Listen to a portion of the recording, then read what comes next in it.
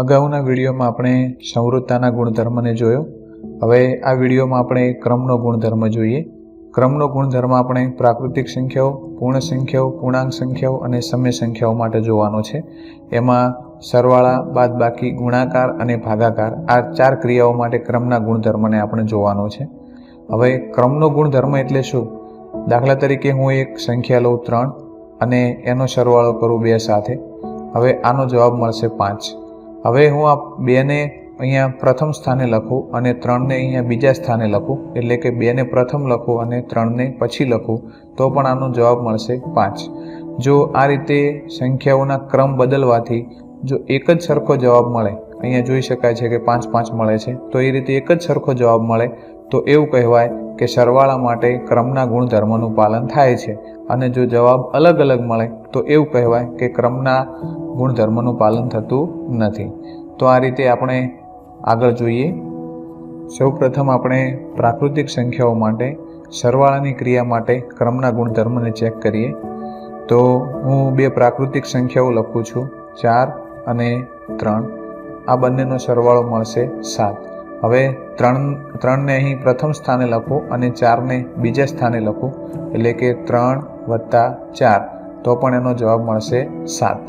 બીજું એક ઉદાહરણ લઈએ, 12 + 15, તો આનો જવાબ મળશે 27. હવે 15ને અહીં પ્રથમ સ્થાને લખીએ અને 12ને બીજા સ્થાને લખીએ, તો પણ એનો જવાબ મળશે 27. અહીં જોઈ શકાય છે કે આ જવાબ પણ સરખા મળે છે અને આ જવાબ પણ સરખા મળે છે. માટે એવું કહી શકાય કે પ્રાકૃતિક સંખ્યાઓ માટે સરવાળાની ક્રિયા માટે ક્રમના ગુણધર્મનું પાલન થાય છે. માટે આપણે લખીશું કે પાલન થાય છે.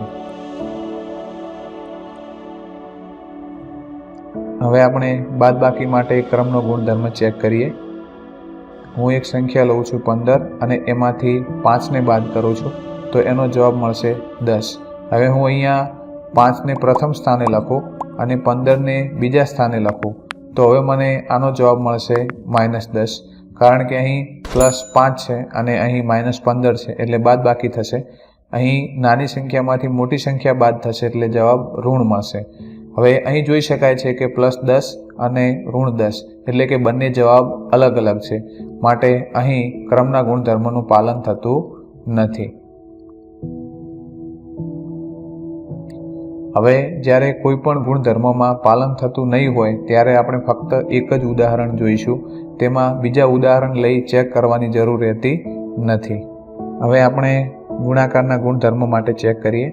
હું એક સંખ્યા લઉં છું 7 અને બીજી સંખ્યા લઉં છું 3. આનો જવાબ મળશે 21. 7 તરી 21. હવે હું 3ને પ્રથમ સ્થાને લખું છું અને 7ને બીજા સ્થાને લખું છું, તો પણ એનો જવાબ મળશે 21. બીજું એક ઉદાહરણ લઈએ, 0 × 9, તો એનો જવાબ મળશે 0. હવે 9ને પ્રથમ સ્થાને લખીએ અને પછી 0ને લખીએ, તો પણ એનો જવાબ મળશે 0.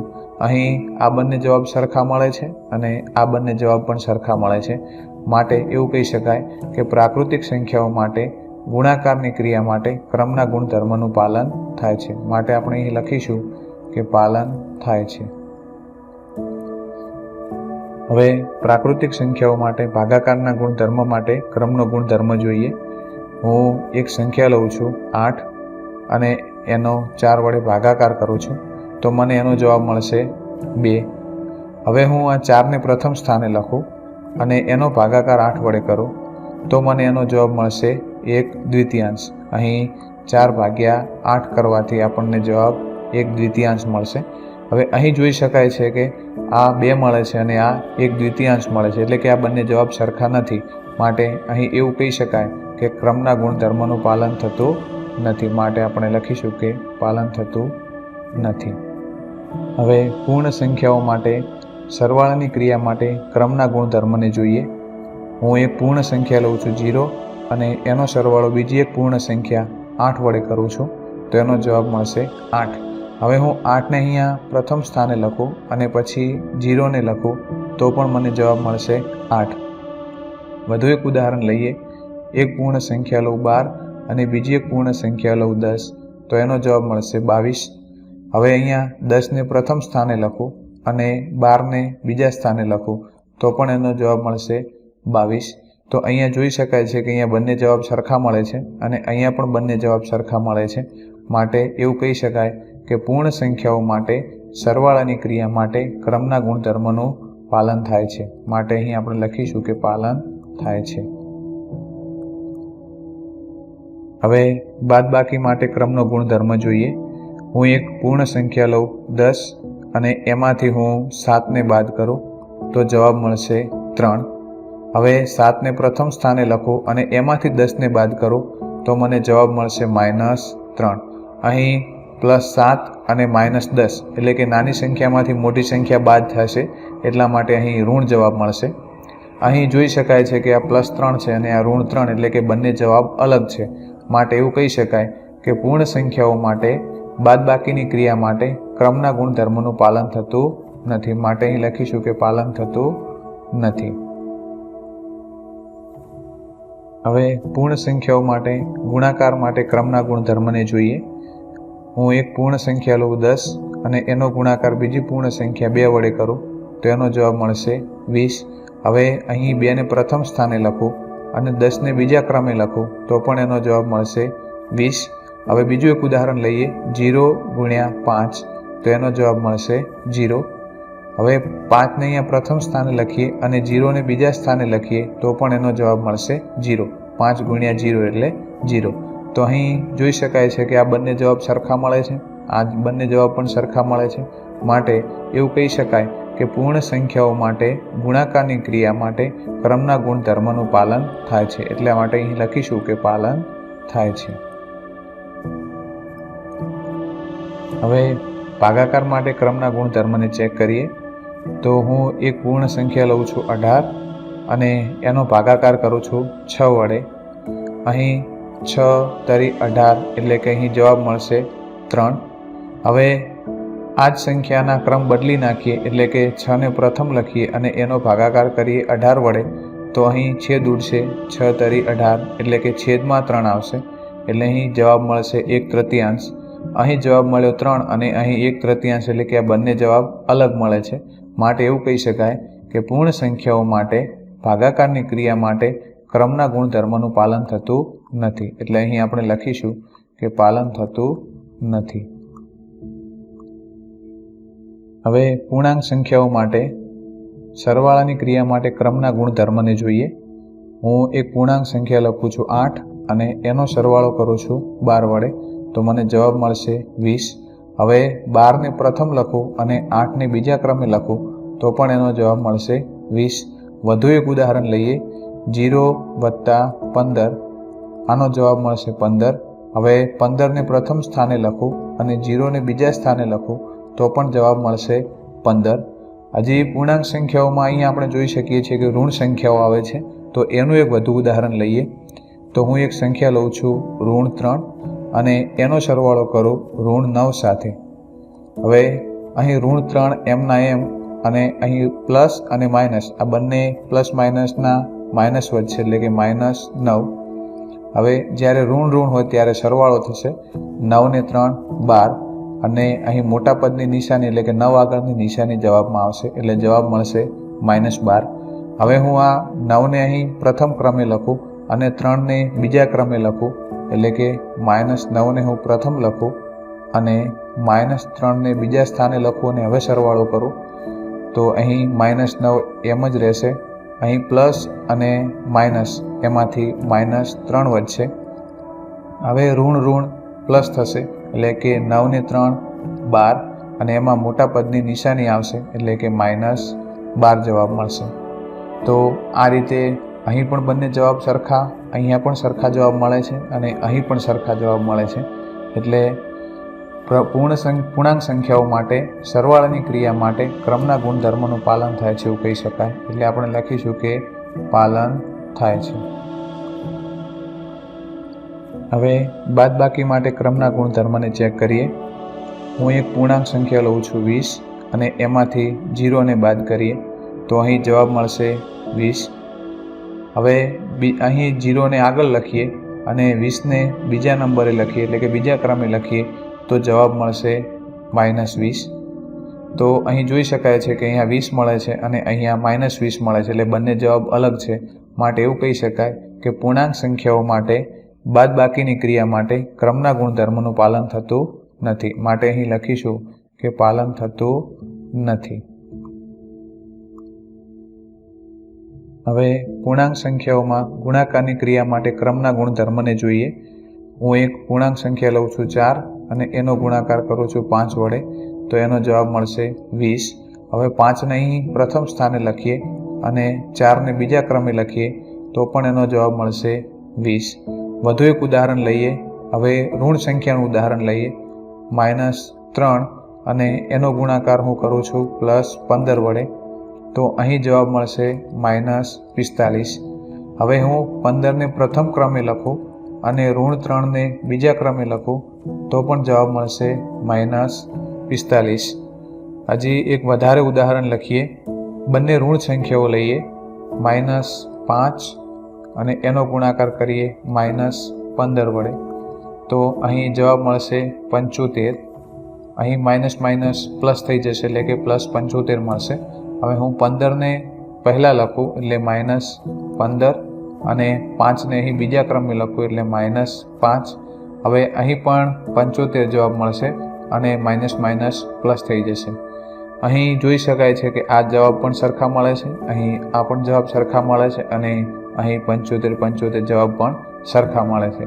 માટે એવું કહી શકાય કે પૂર્ણાંક સંખ્યાઓ માટે ગુણાકારની ક્રિયા માટે ક્રમના ગુણધર્મનું પાલન થાય છે. માટે આપણે લખીશું કે પાલન થાય છે.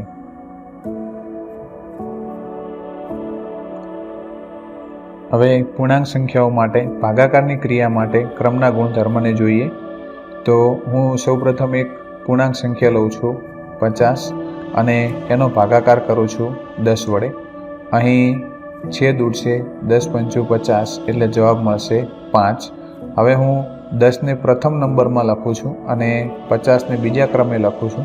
હવે આના છેદ ઉડશે, અહીં નીચે છેદમાં મળશે 5, એટલે ઉપર અંશમાં કંઈ ના વધે એટલે 1. માટે અહીં જોઈ શકાય છે કે અહીં 5 મળે છે, અહીં 1 પંચમાંશ મળે છે. એનો મતલબ કે આ બંને જવાબ અલગ અલગ મળે છે. એટલે પૂર્ણાંક સંખ્યાઓ માટે ભાગાકારની ક્રિયા માટે ક્રમના ગુણધર્મનું પાલન થતું નથી. એટલે લખીશું કે પાલન થતું નથી. હવે સમય સંખ્યાઓ માટે સરવાળાની ક્રિયા માટે ક્રમના ગુણધર્મને જોઈએ. હું એક સમય સંખ્યા લખું છું -2/3 અને એનો સરવાળો કરું છું 5/7 વડે. અહીં ચોકડી ગુણાકાર થશે એટલે અંશમાં મળશે 14, 7 દુ 14. અહીં પ્લસ છે એટલે વચ્ચે પ્લસ મળશે અને 3 × 5 15 મળશે અને નીચે છેદનો ગુણાકાર એટલે 7 તરી 21 મળશે. હવે અહીં માઇનસ અને પ્લસ એટલે બાદ બાકી થશે. 15માંથી 14 જશે એટલે 1 મળશે. મોટા પદની નિશાની પ્લસ એટલે અહીં +1 મળશે અને નીચે છેદમાં 21 આવશે. હવે આ બંનેના હું ક્રમ બદલી નાખું. અહીં 5/7 પ્રથમ નંબરે લખું અને -2/3 બીજા નંબરે લખું તો અહીં મળશે 5/7 વત્તા અહીં આ માઇનસ સંખ્યા છે એટલે એને આપણે કૌંસમાં લખીશું. હવે અહીં પણ પહેલાંની જેમ ચોકડી ગુણાકાર થશે એટલે 3 × 5 15 મળશે +15 અને અહીં આ જે પ્લસ માઇનસ છે એ ઋણ થઈ જશે સંખ્યા એટલે અહીં મળશે ઋણ અને અહીં 7 દુ 14. હવે નીચે 7 તરી 21 મળશે. 15માંથી 14 જશે એટલા માટે જવાબ મળશે 1 અને નીચે છેદમાં મળશે 21. હવે બીજું એક વધારે ઉદાહરણ લઈએ. -6/5 વત્તા -8/3. હવે અહીં પણ પહેલાંની જેમ જ ચોકડી ગુણાકાર થશે, પરંતુ એ પહેલાં આપણે આ કૌંસને છોડી દઈએ એટલે અહીં 6/5 અને આ પ્લસ માઇનસ થશે અને જવાબ મળશે 8/3. હવે અહીં ચોકડી ગુણાકાર થશે એટલે 6 તરી 18 મળશે, પરંતુ અહીં માઇનસ છે એટલા માટે અહીં માઇનસ મળશે અને અહીં 5×8 40 મળશે એટલે 40, પરંતુ અહીં માઇનસની નિશાની છે એટલે વચ્ચે અહીંયા માઇનસ આવશે અને નીચે છેદમાં મળશે 5 તરી 15. હવે માઇનસ માઇનસ પ્લસ થશે, 40 અને 18, એનો જવાબ મળશે 58. મોટા પદની નિશાની એટલે અહીંયા 40ની આગળ માઇનસ છે એટલા માટે આપણને અહીં માઇનસ મળશે અને નીચે છેદમાં મળશે 15. હવે હું આ બંનેના ક્રમ આ રીતે બદલી નાખું, એટલે કે પહેલા 8/3 લખીએ અને એનો સરવાળો કરીએ -6/5 વડે. સૌ પ્રથમ આપણે આ કૌંસને છોડીએ, એટલે અહીં પ્લસ માઇનસ માઇનસ થશે. હવે અહીંયા ચોકડી ગુણાકાર કરીએ એટલે 5 × 8 = 40, પરંતુ માઇનસ છે એટલા માટે 8 માઇનસ છે એટલે -40 મળશે અને 3 × 6 = 18 મળશે, પરંતુ અહીં માઇનસ હોવાથી અહીં પણ માઇનસ આવશે. નીચે છેદમાં 3 × 5 = 15 મળશે. હવે અહીં માઇનસ માઇનસ પ્લસ થશે એટલે -58 થશે અને નીચે પણ મળશે 15. હવે અહીં જોઈ શકાય છે કે આ બંને જવાબ સરખા મળે છે અને આ બંને જવાબ પણ સરખા મળે છે. માટે સમય સંખ્યાઓ માટે સરવાળાની ક્રિયા માટે ક્રમના ગુણધર્મનું પાલન થાય છે એવું કહી શકાય. એટલે આપણે લખીશું કે પાલન થાય છે. હવે સમય સંખ્યાઓ માટે બાદબાકીની ક્રિયા માટે ક્રમના ગુણધર્મને જોઈએ તો એક સમય સંખ્યા લખીએ 1/3 અને એમાંથી 3/2 બાદ કરીએ તો અહીં પણ ચોકડી ગુણાકાર થશે એટલે 2 × 2. અહીં માઇનસ છે તો અહીંયા વચ્ચે માઇનસ મળશે. 3 × 9 અને નીચે છેદનો છેદ વડે ગુણાકાર એટલે 3 × 6 મળશે. હવે અહીં પ્લસ માઇનસ એટલે માઇનસ થશે. નાની સંખ્યામાંથી મોટી સંખ્યા જશે એટલે માઇનસ જવાબ મળશે અને 9માંથી 2 જાય એટલે 7 મળશે. હવે નીચે છેદમાં મળશે 6. હવે આ બંનેના ક્રમ આપણે આ રીતે બદલી દઈએ તો સૌ પ્રથમ લખીએ 3/2 અને એમાંથી હવે 1/3 બાદ કરીએ તો અહીં પણ ચોકડી ગુણાકાર થશે એટલે 3 × 9. અહીં ઋણ છે એટલા માટે અહીં પણ માઇનસની નિશાની, 2 × 2 મળશે અને નીચે 3 × 6. હવે 9માંથી 2 જશે એટલે +7 વધશે અને અહીં નીચે મળશે 6. તો અહીં જોઈ શકાય છે કે -7/6 અને અહીં 7/6 એટલે કે બંને જવાબ અલગ અલગ મળે છે. માટે એવું કહી શકાય કે સમય સંખ્યાઓ માટે બાદબાકીની ક્રિયા માટે ક્રમના ગુણધર્મોનું પાલન થતું નથી. માટે આપણે અહીં લખીશું કે પાલન થતું નથી. હવે સમય સંખ્યાઓ માટે ગુણાકારની ક્રિયા માટે ક્રમના ગુણધર્મને જોઈએ. સૌપ્રથમ એક ઉદાહરણ લઈએ, -3/2 અને એનો ગુણાકાર કરીએ આપણે 6/5 વડે. તો અહીં નિયમ પ્રમાણે ઉપર અંશ સાથે ગુણાકાર થશે એટલે આપણને મળશે 6×18, પરંતુ અહીં માઇનસ છે એટલે માટે માઇનસ મળશે અને છેદનો છેદ સાથે ગુણાકાર એટલે 5×2 = 10.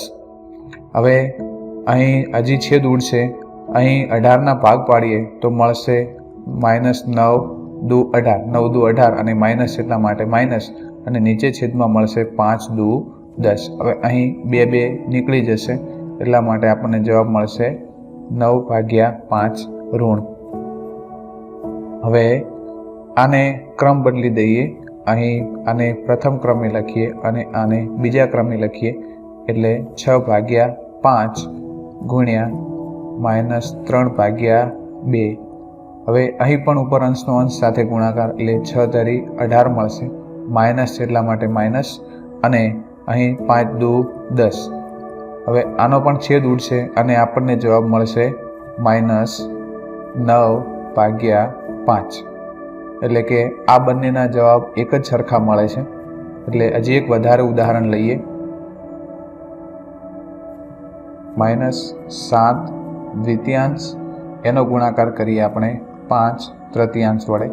તો અહીં ઉપર 7×5 = 35 મળશે અને એ પણ ઋણ, કારણ કે અહીં 7 ઋણ છે એટલા માટે. નીચે 3×2 = 6 મળશે. હવે આના કોઈ છેદ ઉડશે નહીં. હવે આ 5/3 પહેલાં લખીએ અને આને પછી લખીએ તો 5/3 ગુણ્યા -7/2. હવે અહીં 7×5 = 35 થશે, પરંતુ એ માઇનસ રહેશે કારણ કે આ 7 માઇનસ છે એટલા માટે. અને નીચે મળશે 3 દુ 6. તો અહીં પણ જોઈ શકાય છે કે બંને જવાબ સરખા મળે છે. અહીં પણ બંને જવાબ સરખા મળે છે.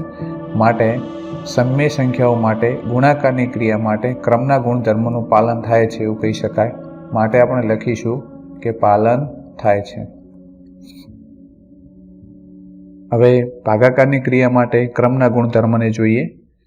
હું સૌપ્રથમ એક સમય સંખ્યા લઉં છું -5/4 અને એનો ભાગાકાર કરું છું 3 દ્વિતીયાંશ વડે.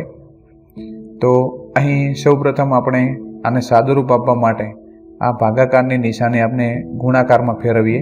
એટલે -5/4 એમના એમ રાખીએ. આને ગુણાકારમાં ફેરવીશું એટલે એના પછીનું જે ક્રમ હશે એના અંશ અને છેદ ઉલટાઈ જશે. એટલે કે આપણને અહીં મળશે 2/3. હવે અંશનો અંશ સાથે ગુણાકાર એટલે 5 દુ 10. માઇનસ છે એટલા માટે માઇનસ મળશે અને નીચે મળશે 4 તરી 12. હવે આના પણ છેદ ઉડશે અને આપણને અંશમાં મળશે 5 અને નીચે છેદમાં મળશે 6. હવે આ બંનેના ક્રમની અદલા બદલી કરીએ. એટલે સૌપ્રથમ લખીએ 3 દ્વિતીયાંશ અને એનો ભાગાકાર -5/4 વડે કરીએ. આ પદને બીજા નંબરમાં લખીએ. હવે અહીં પણ પ્રથમ જે સાદું રૂપ આપ્યું એ જ પ્રમાણે કે આ ભાગાકારના નિશાનને આપણે ગુણાકારમાં બદલી એટલે અહીં અંશ અને છેદ ઉલટાઈ જશે. એટલે અંશ નીચે આવશે એટલે -5ને આપણે છેદમાં લખીએ. હવે અહીં બનશે 4 તરી 12 અને નીચે બનશે 5 દુ 10. હવે અહીં પણ છેદ ઉડશે અને અંશમાં વધશે 6 અને નીચે છેદમાં વધશે -5. તો અહીં જોઈ શકાય છે કે આ બંને જવાબ એક સરખા મળતા નથી. માટે આપણે એવું કહી શકીએ કે સમય સંખ્યાઓ માટે ભાગાકારની ક્રિયા માટે ક્રમના ગુણધર્મનું પાલન થતું નથી.